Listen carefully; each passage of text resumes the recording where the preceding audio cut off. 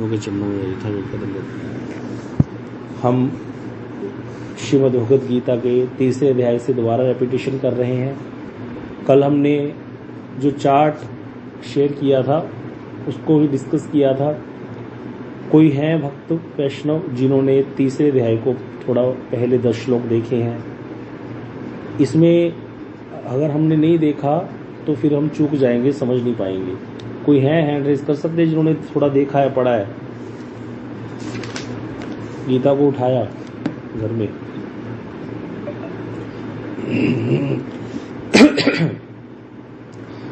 तलवाड़ा वाले भक्त अभी तक को और कोई, बस इतने ही लोग हैं, 2-3 लोग हैं जिन्होंने देखा। बस देखिए, बहुत जरूरी है कि हम लोग इसको देख करके समझें। अगर हम अपनी तरफ से ग्रंथ को खोलेंगे नहीं तो कभी हमको समझ नहीं आएगा, ठीक है। और आज देखिए प्रभु जी, जो लोग चैंटिंग क्लास ज्वाइन करते हैं उनका समय भी कितना माला का बिल्कुल नियोजित हो गया है, क्योंकि वो ध्यान से माला करने लगे हैं। हमारे गुप्ता जी का देखो 7-7.5 मिनट लगते थे, भी 5 मिनट 40 सेकंड पे आ गया कई लोगों का। तो ऐसे संग में ही व्यक्ति आगे बढ़ता है। मुझे तो लगता है कई लोग ऐसे भी होंगे जिनकी 16 माला भी हो जाती होगी, जो पहले ही बैठ जाते हैं सुबह, क्योंकि हम लोग तो मंगला वगैरह करते हैं, उसमें आधा पौना घंटा लग जाता है। मंगला करनी है, उसके बाद आनी करना है, तो बहुत अच्छा है। और इसमें क्या होगा, आपका ये जो सुबह सुबह जो नाम हम जपते हैं ना, इसका अलग ही बेनिफिट है और अलग ही इसकी ऊर्जा रहती है सारा दिन। बाकी सारा दिन तो करना ही है, वो तो अच्छा है। तो इसमें नाम जपने में भी एक टेक्निक आपको और बता देता हूँ। जैसे अभी हमने सुबह 5-6 माला बहाने से कर ली, ऐसे ही कुछ चीजें डिवाइड कर लिया करो। जैसे कैसे, ऑफिस पहुंचे, ऑफिस पहुंचते ही कोशिश करो रास्ते में जाते जाते टारगेट बना लो कि 4 माला 3 माला करनी है। जैसे किसी को ऑफिस जाने में समय लगता है, हम गुड़गांव जॉब करते थे, ऑफिस जाते जाते 6-7 माला हो जाती थी, ऑफिस से आते 6-7 माला हो जाती थी। फिर ऑफिस जाकर के अभी अगर आप काम शुरू कर लिया, एक बार देखना होता है ना, सब मेल वेल चेक करनी होती है, तो ऐसे ही होता था हमारा। तो 2 माला बैठते ही कर ली, पहले काम शुरू करने से पहले 2 माला कर ली। इस प्रकार से भी हम अपने आप को धीरे धीरे नाम की संख्या बढ़ा सकते हैं 5-5 मिनट निकाल करके। क्योंकि अब हम हर एक व्यक्ति को पता चल गया मुझे 5.5 मिनट लगते हैं, मुझे 6 मिनट लगते हैं एक माला में, तो 5.5-6 मिनट निकालने कोई बड़ी बात नहीं होती। ऐसे करते करते टाइम चुराना पड़ेगा। 24 घंटे ही मिले हैं सबको, ऐसे टाइम चुरा चुरा करके हम क्या करेंगे, नियोजित करेंगे बुद्धि का प्रयोग करके। मन और बुद्धि में कौन सूक्ष्म है, कोई बता सकता है? सूक्ष्म क्या है, स्थूल क्या है मन और बुद्धि में, अगर दोनों में कंपेयर करें?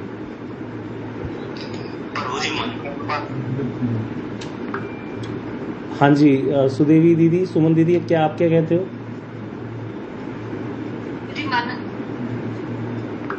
और कोई है महानुभाव? प्रीति दीदी आप बताओ। हाँ जी, तो बुद्धि सूक्ष्म होगी क्योंकि ऊपर है। बिल्कुल। और कोई है मन वाला? मन और बुद्धि में बुद्धि ही श्रेष्ठ है, इसीलिए मन से बुद्धि श्रेष्ठ आया था ना गीता के 3रे अध्याय या 4थे अध्याय में ये श्लोक आया था। मन से बुद्धि श्रेष्ठ है, बुद्धि से आत्मा श्रेष्ठ है। श्रेष्ठ का अर्थ क्या होगा, सूक्ष्म है। जो जितना सूक्ष्म होगा उतना उसका अधिपत्य होगा। अब आपको कि हमारा तो है नहीं, हमारा तो मन ही हावी रहता है हमारे ऊपर, क्योंकि अभी हम जड़ हैं, जड़ संसार में बद्ध हैं। जितना हम साधु संग करेंगे, जितना हमारा विवेक जागृत होगा, तो बुद्धि प्रखर हो जाएगी, बुद्धि का वैल्यू बढ़ जाएगी। फिर बुद्धि मन को कंट्रोल करेगी। बुद्धि क्या करेगी, फिर आधिपत्य कर लेगी मन पर। बुद्धि ही सूक्ष्म है मन से, और बुद्धि से भी सूक्ष्म है आत्मा, क्योंकि ये सब तो जड़ है। मन बुद्धि चित्त अहंकार, ये तो जड़ है। आत्मा तो चेतन है, इसीलिए चेतन आत्मा ही सबको कंट्रोल करती है अगर देखा जाए। लेकिन हम तो आत्मा के लेवल तक पहुंच ही नहीं पाते। अब अगर अपनी बात करें हम लोग, आप देखो आत्मा सूक्ष्म है, कितनी सूक्ष्म है। आत्मा का साइज पता है किसी को? आत्मा कितने साइज की है? सूक्ष्म मतलब छोटा। आत्मा का साइज है बाल के अगर, हाँ जी, म्यूट कर लीजिए। बाल के अग्र भाग का 100वां हिस्सा कर लो, और 100वें हिस्से में से एक हिस्से का फिर और 100वां हिस्सा कर लो, तो वो एक हिस्सा जो बचेगा उतनी सूक्ष्म आत्मा का जो है साइज बताया गया। इतनी सूक्ष्म आत्मा इतने बड़े हाथी के शरीर को चलाती है, हमारे शरीर को चला रही है, सबके शरीरों को चला रही है। इतना बड़ा पीपल का पेड़ होता है, उसके अंदर वही सूक्ष्म आत्मा है जो उसको चला रही है। तो आत्मा क्या है, सूक्ष्म है, लेकिन क्या कर रही है, स्थूल के ऊपर आधिपत्य कर रही है। जैसी आत्मा निकल जाएगी पेड़ गिर जाएगा, जैसी आत्मा निकल जाएगी इतना बड़ा हाथी मर जाएगा, शरीर पड़ा रह जाएगा, उसका सड़ जाएगा, खत्म हो जाएगा। तो इसी प्रकार जो कल हम जो कथा सुन रहे थे ना शाम को, ये बहुत इंपॉर्टेंट था हरि नाम की, कि हरि नाम क्या है, कृष्ण नाम सूक्ष्म से सूक्ष्म शब्द है वैकुंठ जगत का। और इसीलिए सब जगह पर आधिपत्य करता है। वैकुंठ जगत में भी सबके ऊपर आधिपत्य है कृष्ण नाम का। इसी प्रकार आत्मा अति सूक्ष्म है, उससे थोड़ा स्थूल हो जाती है बुद्धि, उससे थोड़ा स्थूल हो जाता है मन, फिर ऐसे करते करते चलता है। मन से स्थूल इंद्रियां हैं, इंद्रियों से स्थूल फिर ये शरीर है, शरीर के द्वारा हम भोग भोगते हैं। तो पहले हमारा जो सबसे ज्यादा यहाँ पर प्रयास क्या रहता है, जो शुरू के साधक है, जो अनर्थग्रस्त हैं, कि वो अपने मन को क्या करें, भगवान में लगाए। मन को भगवान में नियोजित करना है। तो मन को भगवान में नियोजित करने के लिए किसकी हेल्प लेगा? बुद्धि की। बुद्धि के द्वारा प्रयोग करके मन को भगवान में लगाना है।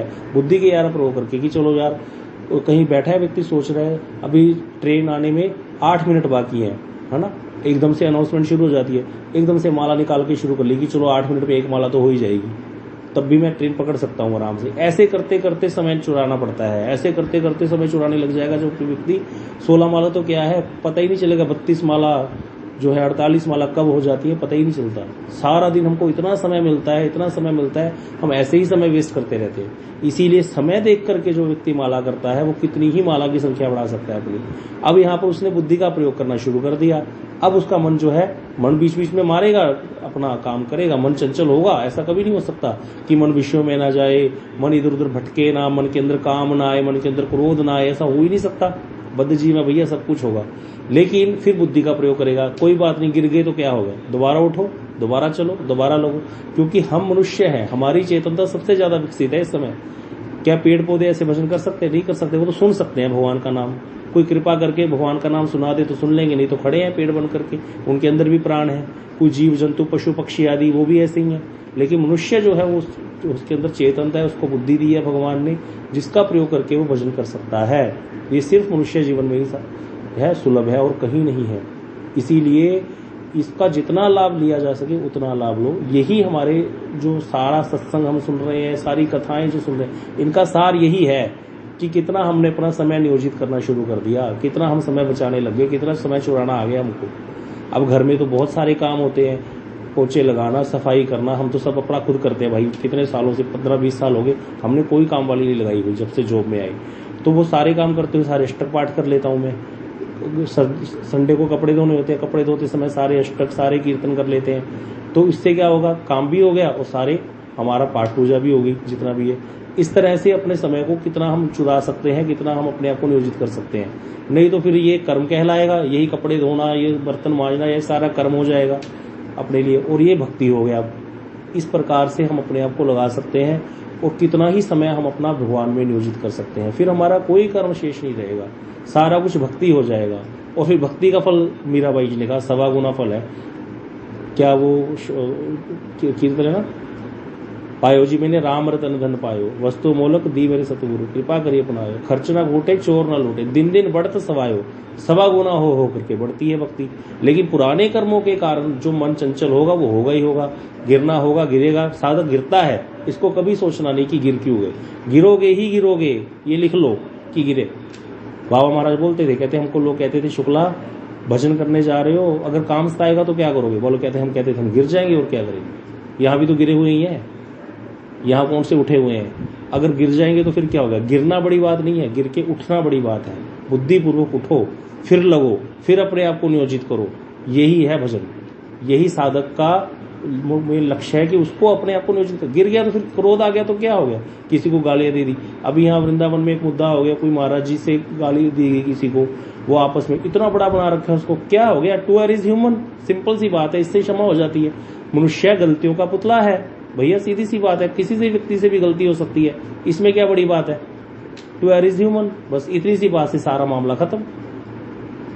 क्षमा भी मांगने की जरूरत नहीं है, क्या क्षमा मांगनी, गलती हो ही सकती है जब मनुष्य से। तो इसीलिए ये कोई बड़ी बात नहीं है कि हम गिर गए, गिर के उठना बड़ी बात है। तो यहाँ पर अब सबसे एक बड़ी जरूरी है सबके लिए कि हम जो रेपिटेशन कर रहे हैं वो इसीलिए कर रहे हैं कि हम चीजों को समझ सके। नहीं तो हमें कोई सिलेबस पूरा नहीं करना कि हम अभी 5वां अध्याय शुरू कर देते। अगर हमें यही समझ लिया, यही सारा कुछ है बस जो हम अभी चर्चा कर रहे हैं, इसको आप नोट कर लीजिए, पॉइंट बनाइए, और साथ साथ गीता के श्लोकों को देखिए थोड़ा आप, तब आपकी पकड़ हो जाएगी कि आपको लगेगा हाँ ये इसमें तो ये बात बोली गई है, बस ये इसके जैसा रिपीटेड है, फिर अगला श्लोक, फिर उसके श्लोक में नई बात आ गई। इस तरह से आप बढ़ पाओगे, नहीं तो कभी बढ़ पाओगे नहीं। तो हमने कल चर्चा की थी सारा लैडर के हिसाब से पहले सकाम कर्म होता है, फिर निष्काम कर्म, फिर निष्काम कर्म योग, निष्काम कर्म योग का फल है आत्मनात्म विवेक हो जाता है, और फिर वो व्यक्ति ज्ञान योग की तरफ बढ़ता है। ज्ञान योग में फिर ब्रह्म का अनुशीलन करता है, ब्रह्म में लीन होने की चेष्टा करता है, क्योंकि वहां पर दो ही वस्तुएं रहेगी तीन तत्वों में। तत्व तीन है, ब्रह्म, जीव और माया। जीव मतलब जीवात्मा, ब्रह्म मतलब भगवान, और माया मतलब ये जड़ जगत। इसमें जो भगवान है वो श्री भगवान एक है, जीव और माया के कारण श्री भगवान है। इसीलिए भगवान को अद्वैय ज्ञान पर तत्व भी बोला गया कि सबका कारण भगवान है, चाहे वो माया है चाहे जीव है।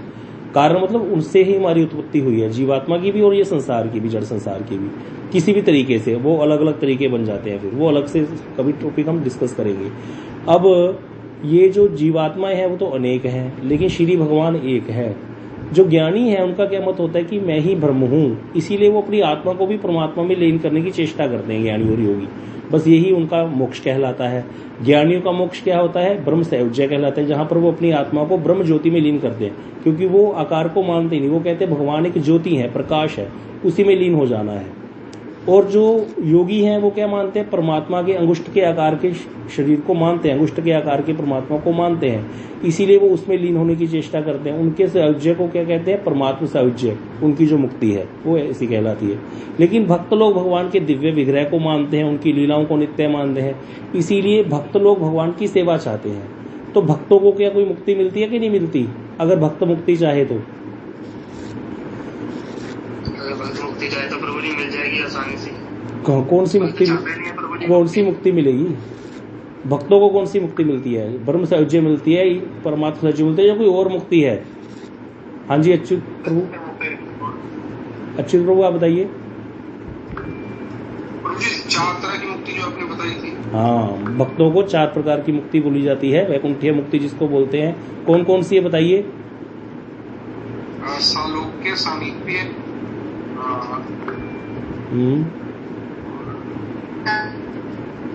हाँ जी, हाँ जी। हरे कृष्णा, आप बीच में मत बोला कीजिए। सब लोग ऐसे जो बोल रहे हैं प्रभु जी चेष्टा कर रहे हैं ना, म्यूट रखिए सब लोग। हाँ जी, साष्टी प्रभु जी, सालोक्य, सामीप्य, साष्टी और सारूप्य, भगवान के जैसा रूप। तो भगवान के जैसा रूप प्राप्त हो जाता है, भगवान का लोक प्राप्त हो जाता है, भगवान के जैसा लोक, भगवान सामीप्य, भगवान के निकट वास, और सालोक्य, सामीप्य, सारूप्य और साष्टी, भगवान के जैसा ऐश्वर्य प्राप्त हो जाता है। तो ये चार प्रकार की वैकुंठीय मुक्ति है। इसमें एक मुक्ति तो है प्रेम सेवा उत्तरा, और दूसरी वाली बाकी तीन मुक्तियां कहलाती हैं क्या नाम है उसका मुक्ति का? प्रेम सेवा उत्तरा किसको बोलते हैं इसमें से? सामीप्य को, क्योंकि जो समीप होगा तो कोई तो सेवा करेगा ही ना। कभी भगवान यही बोलते हैं कि पानी का गिलास ही ला के पिला दो। सामीप्य मतलब समीप वास मिलता है भगवान के। सालोक्य, साष्टी और सारूप्य में भगवान जैसा रूप मिल गया, भगवान जैसा लोक मिल गया, भगवान जैसा ऐश्वर्य मिल गया, तो वहां पर वो वाली सेवा नहीं आएगी। तो इस तरह से ये चार प्रकार की वैकुंठीय मुक्ति और दो प्रकार की ब्रह्म सायुज्य और परमात्मा सायुज्य जो ज्ञानी और योगियों को मिलती है। लेकिन जो शुद्ध भक्त हैं भगवान के, वो मुक्ति भी नहीं चाहते, वैकुंठीय मुक्ति भी नहीं चाहते। वो क्या चाहते हैं? प्रेममयी सेवा, भगवान की सेवा चाहते हैं। बस कहीं भी रहें, चाहे यहाँ रहें इस जड़ संसार में, चाहे धाम में रहें भगवान के, उनको सेवा चाहिए भगवान की। भक्तों का संग चाहते हैं और भगवान की सेवा, बस और कुछ नहीं चाहिए। तो इस तरह से ये सारा कॉन्सेप्ट है यहाँ पर। और यहाँ पर जो लैडर के हिसाब से हम चल रहे हैं उसमें ज्ञान योग या ध्यान योग में जो व्यक्ति आरूढ़ होता है उसका भक्ति योग में प्रवेश तभी होगा जब साधु संग होगा। ये कंडीशन है। ये नहीं है कि कोई सीधा ज्ञान योगी डायरेक्ट भक्ति योग में आ जाएगा अपने आप लैडर के हिसाब से, नहीं आ सकता। जब तक कि साधु संग होगा नहीं पिछली सुकृतियों के हिसाब से, तब तक वो भक्ति योग में जा नहीं सकता, चाहे वो ज्ञानी हो चाहे योगी हो, नहीं तो वो वहीं पर ही खड़े रहते हैं। और इसीलिए देखा जाता है ज्ञानी योगी बहुत कम ही चांस होता है कि भक्ति में आ जाए। किसी विशेष कृपा से साधु संग हो जाए या वैष्णवों का ठाकुर जी की कृपा हो जाए, तब जाकर के ज्ञानी और योगी भक्ति में आ सकते हैं। अब ये जो सारा कुछ हमने समझ लिया, इसमें दूसरे अध्याय में ना भगवान ने अर्जुन को काफी चीजें बता दी थी। सार है दूसरा अध्याय। द्वितीय अध्याय को पढ़िएगा अच्छे से। द्वितीय अध्याय को पढ़ने के लिए आपको मैं एक तरीका बता देता हूँ जिससे आप बहुत जल्दी पढ़ सकते हो। 10 मिनट में पूरा आप देख लोगे कैसे। द्वितीय अध्याय का जो श्रीमद् भगवद गीता आपके पास जो ग्रंथ जो है ना, इसके ग्रंथ के लास्ट में द्वितीय अध्याय की ना बहुत छोटी सी सप्रकाशी का वृत्ति दी हुई है। यहाँ पर छोटी सी 4-5 लाइनों की। इसमें गुरुदेव ने सारा सार दे रखा है भक्तिविनोद ठाकुर जी ने, कि इस अध्याय में क्या है ये प्रभु जी ने निकाल ही दिया। 1 से 10 श्लोक तक तो प्रश्नकर्ता के स्वभाव का परिचय है, मतलब 1 से 10 श्लोक एक जैसे ही है, तो इसीलिए आप पहला दूसरा तीसरा श्लोक एकदम से पढ़ते जाओगे, आपको समझ आ जाएगा अर्जुन का स्वभाव बता रहे हैं, अर्जुन का कैसा स्वभाव है। फिर 12 से लेकर 30 तक इकट्ठा ही इतने श्लोक आत्मनात्म विवेक है कि आत्म क्या है, अनात्म क्या है, शरीर अनात्म है और आत्मा आत्मा है, मतलब जो आत्मा संबंधी है उसकी बात हो रही है। तो 12 से 30 तक एक तरह से ही आएगा। फिर 31 से लेकर 38 तक स्वधर्म, अर्थात जो मनुष्य के वर्णाश्रम धर्म के अनुसार ब्राह्मण, क्षत्रिय, वैश्य और शूद्र चारों के जो जो धर्म बताए गए हैं उसके अंतर्गत पाप और पुण्य का विचार है। तो वहां भगवान उसको बता रहे कि तुम क्षत्रिय हो, युद्ध करना तुम्हारा स्वधर्म है, इसको तुम करो, इससे तुम्हें पाप नहीं लगेगा, उपितु तुम्हें स्वर्ग आदि लोगों की प्राप्ति होगी। 31 से 38 तक यही सारा एक साथ चलेगा।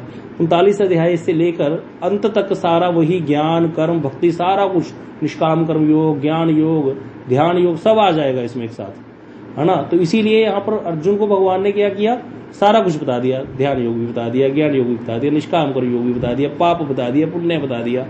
अब अर्जुन जब तीसरा अध्याय शुरू होता है, अब तीसरे अध्याय पे शुरू पे आते हैं अब हम।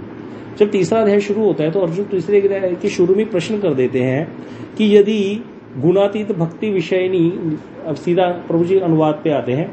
अर्जुन ने कहा है जनार्दन, यदि आपको गुणातीत भक्ति विषयनी बुद्धि कर्म की अपेक्षा श्रेष्ठ मानने है, भगवान ने कह दिया भैया स्वधर्म पालन करता है, कोई वर्णाश्रम धर्म पालन करता है उससे भी श्रेष्ठ है कोई भक्ति करे, वर्णाश्रम धर्म का भी त्याग करके भक्ति श्रेष्ठ है, भक्ति करे तो अगर वर्णाश्रम धर्म नहीं भी पालन किया तो उसका दोष नहीं लगता उसको।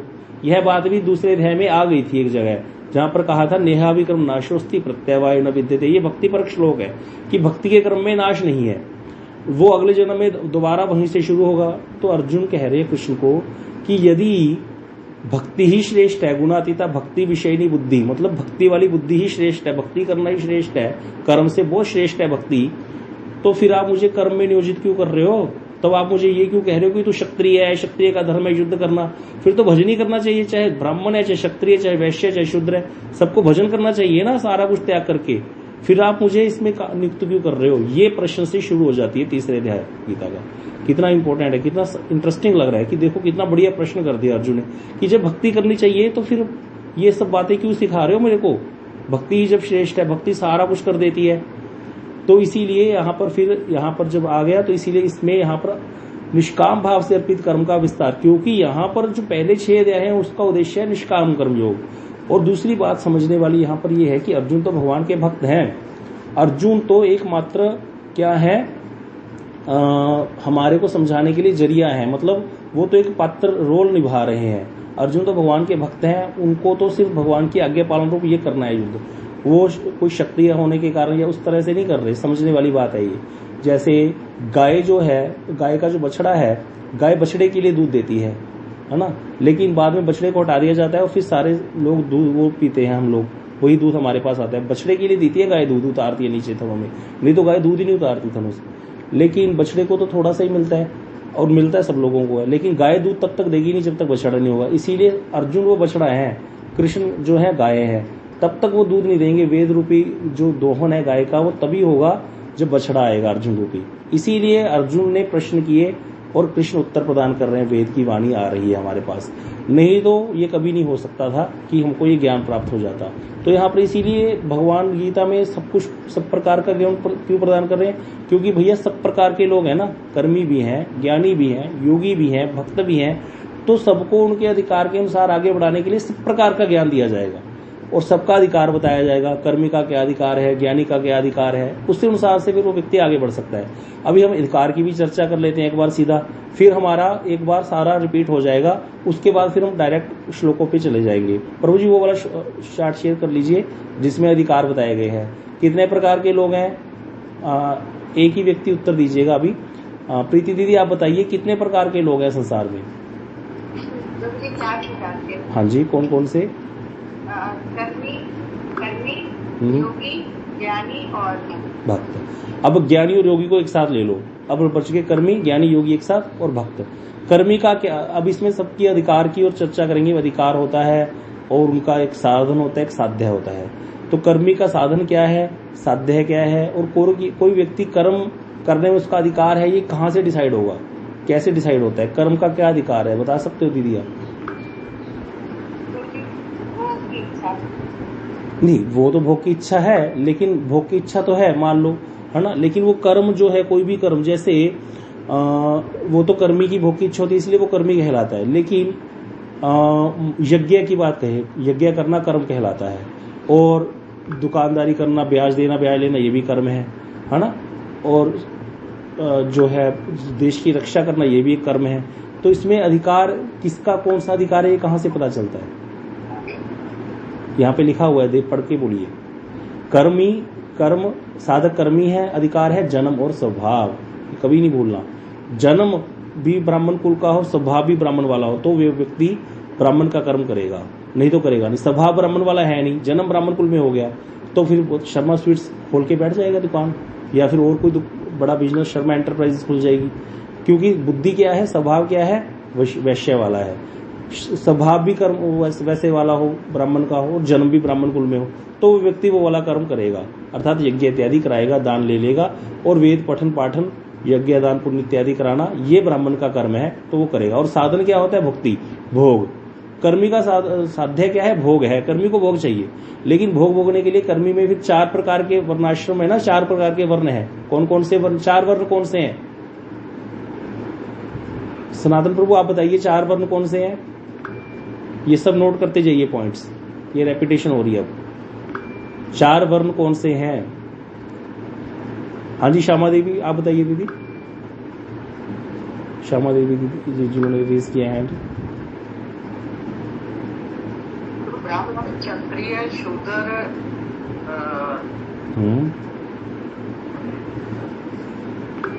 आप कहाँ से हैं? मैं प्रभु जी होशियारपुर के पास माल। अच्छा, श्यामा दीदी मैं भूल गया। अच्छा ठीक है, तो ब्राह्मण, क्षत्रिय, वैश्य और शूद्र 4 है ना। ब्राह्मण, क्षत्रिय, वैश्य और शूद्र,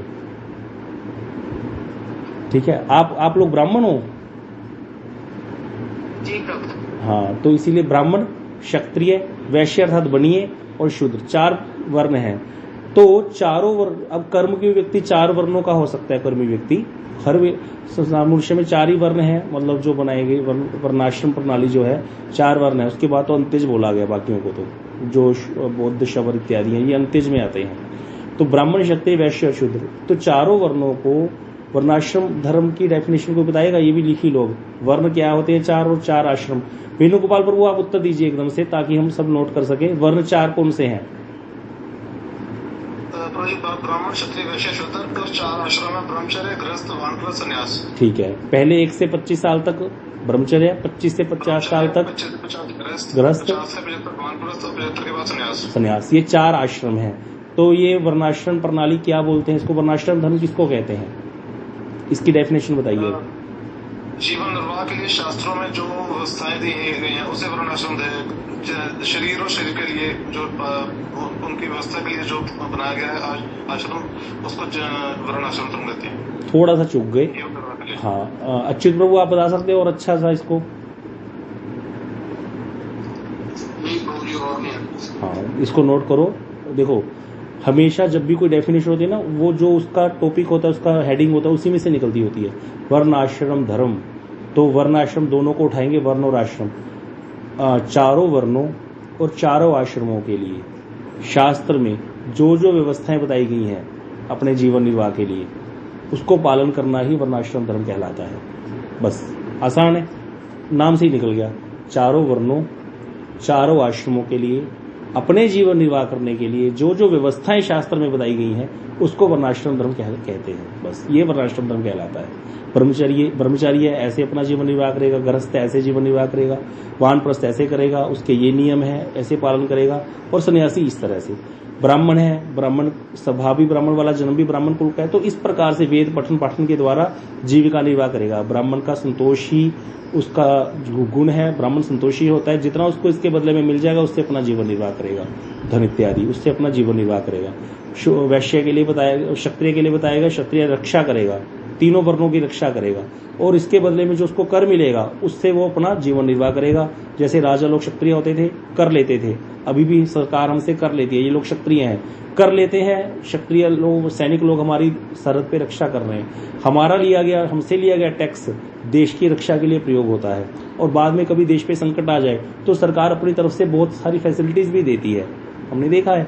तो इस तरह से ये क्षत्रिय का धर्म है, और उससे जो कुछ पैसे बचेंगे उससे वो अपना जीवन निर्वाह करेगा।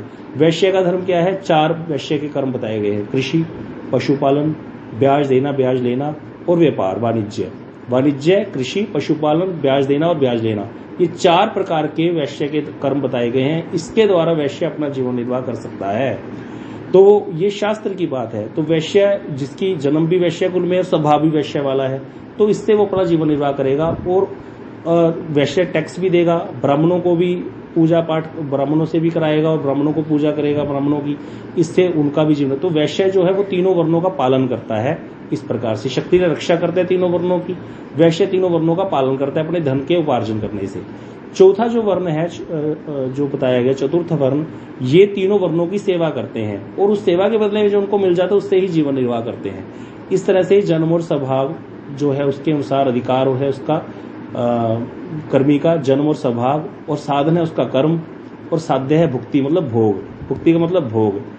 भुक्ति कैसे याद रहेगा?